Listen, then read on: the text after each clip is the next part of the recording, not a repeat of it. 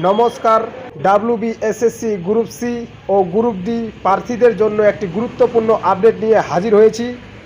বর্তমান পরিস্থিতি বিশ্লেষণ করলে দেখা যাচ্ছে কাস্ট সার্টিফিকেট ভেরিফিকেশনের কাজ সম্পূর্ণ হওয়ার পরেই গ্রুপ সি এবং গ্রুপ ডি এর ফলাফল প্রকাশের সম্ভাবনা অনেকটাই বেড়ে যাবে।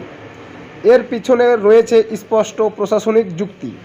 সংরক্ষিত শ্রেণীর প্রার্থীদের কাস্ট সার্টিফিকেট যাচাই না করে চূড়ান্ত মেধা তালিকা তৈরি করা যায় না, কারণ সংরক্ষণ নীতির ভিত্তিতে কারা কোন ক্যাটাগরিতে নির্বাচিত হবেন তা এই ভেরিফিকেশনের উপর নির্ভর করে। তাই ভেরিফিকেশন শেষ হওয়ার পরই কমিশন চূড়ান্ত মেধা তালিকা প্রস্তুত করে ফলাফল প্রকাশের দিকে এগোতে পারে। এছাড়া সাম্প্রতিক সময়ে বিভিন্ন ক্ষেত্রে জাল কাস্ট সার্টিফিকেট নিয়ে কঠোর পদক্ষেপ নেওয়া হয়েছে। সেই কারণে কমিশনও যাচাই বা বাছাইয়ের ক্ষেত্রে অতিরিক্ত সতর্কতা অবলম্বন করে বলে মনে করা হচ্ছে।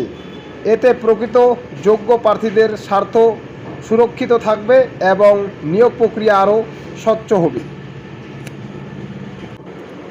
তবে একটি বিষয় পরিষ্কার করে বলা জরুরি, ডাব্লিউবিএসএসসি এখনও আনুষ্ঠানিকভাবে ঘোষণা করেনি যে কাস্ট সার্টিফিকেট ভেরিফিকেশন শেষ হলেই গ্রুপ সি ও গ্রুপ ডির ফলাফল প্রকাশ করা হবে। এটি প্রশাসনিক প্রক্রিয়া ও বর্তমান পরিস্থিতির ভিত্তিতে একটি যৌক্তিক বিশ্লেষণ, কোনো সরকারি ঘোষণা নয়। তাই পরীক্ষার্থীদের অনুরোধ, গুজবে কান না দিয়ে শুধুমাত্র ডাব্লিউবিএসএসসি অফিসিয়াল বিজ্ঞপ্তির উপর নজর রাখুন। যদি কাস্ট সার্টিফিকেট ভেরিফিকেশন সহ সমস্ত প্রয়োজনীয় কাজ দ্রুত সম্পূর্ণ হয়, তাহলে গ্রুপ সি এবং গ্রুপ ডির ফলাফল এই মাসেই বেরোতে পারে। ধন্যবাদ।